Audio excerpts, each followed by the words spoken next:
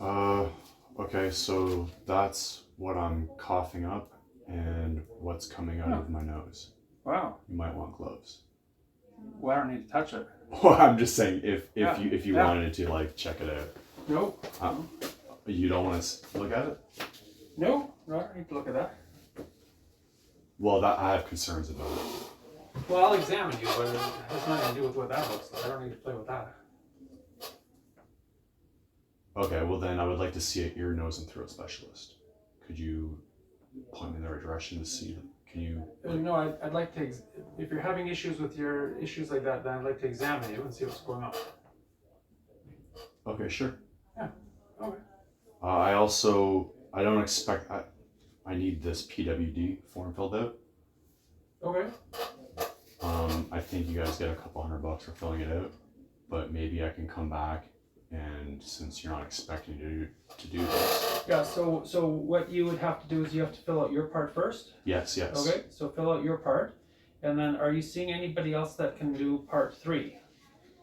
So part 3 is like a nurse, a social worker. I think last time, did you say that mental health was going to be contacting you? So. Is there somebody from there? Yeah, so like a support worker. Yeah, I think there's a list. I'm just trying to look. They're the ones that printed this out for me. You are familiar with this, I've done as hundreds. I can see. Yeah. Oh, you've done hundreds, he says. Yeah. Okay. Yeah, for sure. All right. So usually there's a part in here that says who can do part 3. Yeah, like a nurse or practitioner. Yeah, there's a list here. You guys can't do that? We can, yeah. So, Okay. you know, we're one person, but I usually feel it's better if you have more than one person doing it. So basically, you're doing this and you're saying you can't work, right? That's, you know, you're applying for disability, right? Yes. And so then... Because I also have like no income coming in and I'm trying to get down to the bottom of what's going on here. No, I understand. And then, so I'm going to write something that says you can't work. So I think it's just better if you have a third person that says you can't work. That's all. But usually we do it, but there may be someone else in our clinic that can help you with it.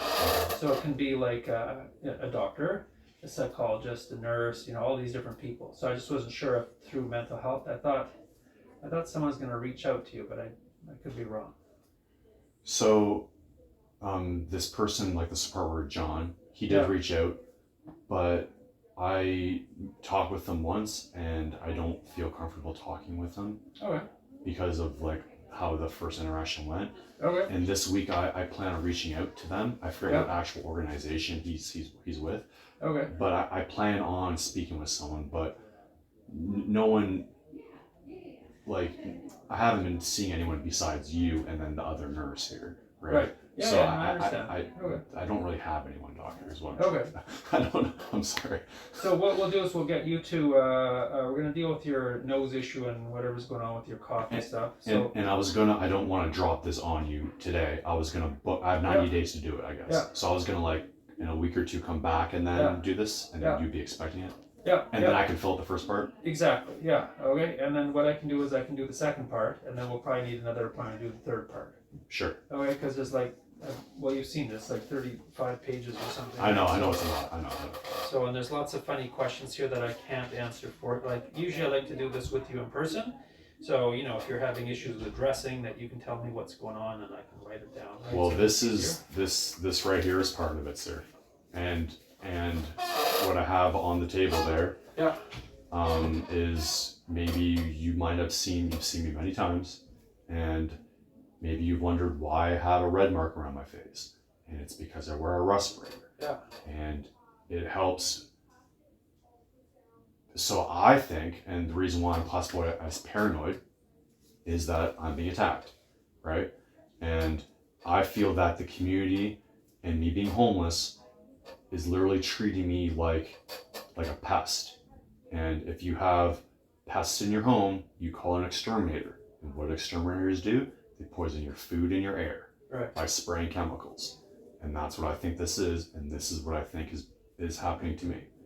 And it's hard to prove, but I mean, I don't have a scar in the middle of my nose it's very sore. I'm not wearing a respirator because I want to every day 24/7. I don't want to be I've spent thousands of dollars on 3M respirators and filters and cartridges over the last couple of years. Why would I want to do that? So. Okay, let me back up a little bit. So what symptoms are you having? Let's start there. Obviously you're either blowing or coughing up all that junk, right? So which looks like it looks like adhesive or spray foam or like some sort of weirdness, man. Okay, but so are you blowing your nose a lot during the day?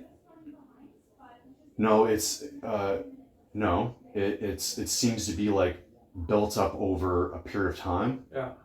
And to be fair, it's gotten better since Victoria, since I live in a Tesla now, since my living situation has improved and my like taking the certain precautions. But in the morning, I'm coughing and blowing the stuff out. Okay. Not as much. This is from like a couple months ago, and I have it documented. Like for the almost a year, I have daily journals and documentation and videos of this. Okay. And I even went live on stream. Yeah. For like 46 hours. Right. To prove that I'm not doing it to myself. And I'm literally live in the backseat of my car. Yeah. And I'm coughing this up, like while I'm sleeping. I wake up and I'm blowing and coughing this up, and it takes a long period of time to like dry, and that's how it looks.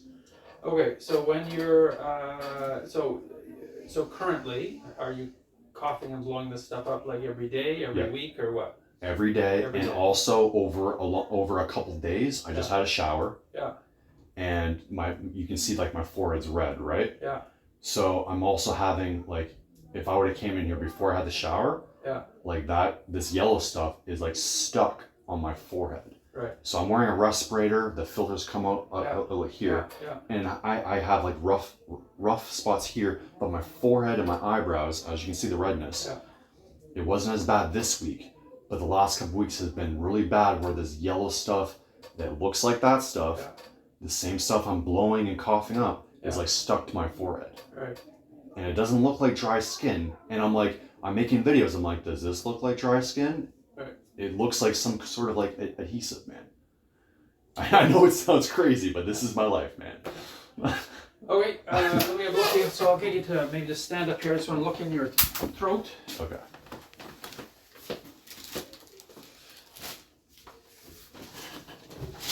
Open your mouth up real wide. Let's go. You okay if I touch your neck? Yes, sir. I'm checking for any swollen glands and stuff. All right. I've had swollenness like here at times when it was bad when I was living in Saskatoon. And again, lift your shirt up in the back. I'd like to listen to your lungs. Big breath in out through your open mouth. Again.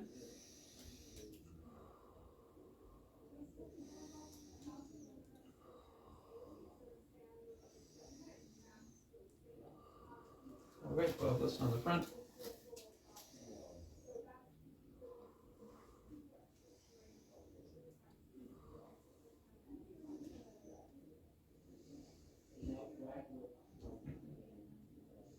Okay, all right, you come on down.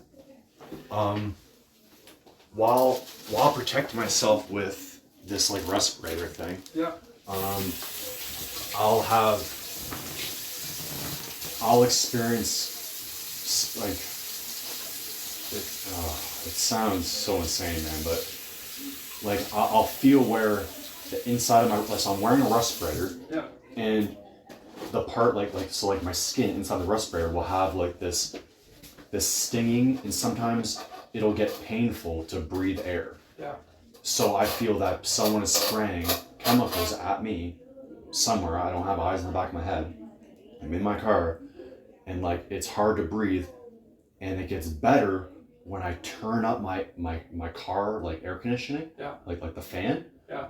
So I'm wearing that, and I turn up the fan to like 10 as fast as it can go. Yeah. I'm blowing this, and it gets better. Like the tingling and like the pain to breathe goes down because I have that fan going on. Right. Which makes sense if someone's spraying something at me. Okay. So your examination is normal. Your oropharynx and your chest sounds good. I don't hear any like infection or whatever going on there. If you want, I can send you for x-rays of your sinuses and your chest. That would be options available. Okay. You know, your concern is that there's some kind of toxin involved of some type, you know, whatever. I mean, obviously there's, you know, that's not going to show up on those tests, you know, but at least that'll tell us if there's any infection or some other issue going on inside. That's step one, right? Yeah. Okay, and what happens if everything comes back normal? Yeah, good question. Then likely the ear, nose, and throat doc is not going to see you. So if it shows that there's an issue, then they'll see you. Okay, so. But again, if it's like some kind of toxic exposure, then they're not going to deal with that. Who does? Yeah, I don't know. Maybe the police. Like, I don't know. Like if someone's, you know what I mean? Like if someone's spraying toxin stuff on you, right? I mean, the issue is they have to stop doing that. You know what I mean? I know, you have to change your environment. Yeah, like. And I literally, that's my life, is moving and parking over and over again across 4 provinces. Yeah. And when I first moved here, it didn't happen, and it's slowly been ramping up, and then now it's a little bit kind of dying down. Right. But we're getting to the point on my life story that I'm seeking lawyers. Yeah. And there needs to be some sort of like more professional like opinion on this, right? So I'm documented heavily online. Yeah. So like you haven't really looked at that stuff, right? You just carry the do not look at it. Who would be able to look at it? Yeah, I mean, I'm guessing you want to look at to see if there's some kind of toxic stuff going on there. Is that it? I mean, that would be like that's like the police department. That's like forensic stuff. That's not medical. I mean, well, because professionals are calling me paranoid, so wouldn't it be easy to say, okay, let's nail Renee to the cross and like let's label him paranoid, right? So why wouldn't we test this? Well, right? Because it's not really a medical thing that we check for people being poisoned or toxic stuff. In all my decades of work, that's never something I've ever come across. Not just me, but any patient I've had with any specialist. I understand. Yeah, I mean, like, if we're worried about infection, then, you know, let's start with x-rays. But as far as, like, is someone spraying some kind of crap on you, like, I mean, that's like a police evaluation investigation, whoever they use to sort out whatever toxins, like, there's no spot on here to check on the lab requisition to check for a toxin. I've reported to police across 4 provinces, or 3, not Ontario. And I've posted and like tagged police online on my social and stuff, and okay. So I'll just. So I'll give you the requisition in case you want to get X-rays, because that would be a start. You know, if that's something you want to do. Please, you know? Sure. So you just go to any X-ray place and get it sorted out.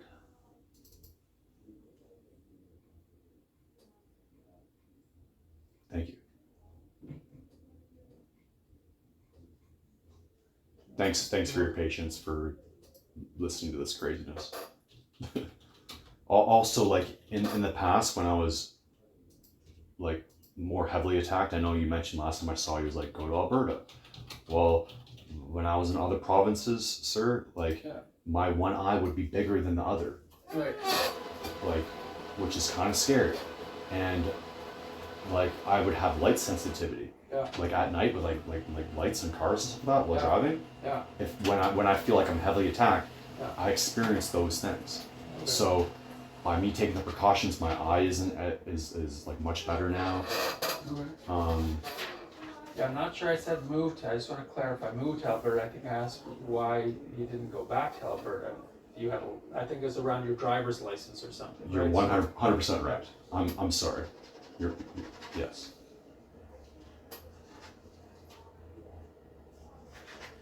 Do you know where the X-ray places are? It's the same as like a P place, right? No. Probably, yeah. Could be. So there's West Coast Medical Imaging. There's sort of half a dozen around the city. Okay. And nowadays you just go in and wait your turn and get your X-rays. Okay, so cool. These would be some of the addresses I've circled there for you. Thank you. And okay, so if you fill out the first part of that form, right? PWD. The forms you brought in. Yeah. Yeah, fill out the first part of that, and then come back in a few weeks or whatever, and we'll kind of go from there. Thank you. Okay, bye for now. Take care.